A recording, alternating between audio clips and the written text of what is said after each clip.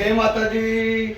આજે વસઈ ગામથી મનુભાઈ ઉજણા ગામમાં આવ્યા છે। ઉજણા ગામની અંદર મા વિહોતમાનો જોરદાર એવો મઠ છે, તો મા વિહોતના દર્શન કરવા માટે આવ્યા છે મનુભાઈ। તો જય વિહોતમાં। આજે મા વિહોતભાઈ વિહોતમાને એવી અરજ કરી છે કે હે મા વિહોત, મારી મનોકામના તું પૂર્ણ કરજે। અને મા વિહોતે મારી મનોકામના પૂર્ણ કરી છે, એટલે વિહોતમાના દર્શને મનુભાઈ આવ્યા છે। ઉજણા ગામમાં માતાજીનો મઠ છે, જો મા વિહોતમાની કેવી મૂર્તિ છે। આજે આ માતાજીનો મઠ છે અને માના દર્શન કરું છું, અને માના દર્શનથી માને મારી અરજ કરી છે, એ મા તો જે મારી મનોકામના છે કે તું પૂર્ણ કરજે અને મારું કામ સફળ કરજે, એવી હું તારા ચરણોમાં તને અરજ કરું છું।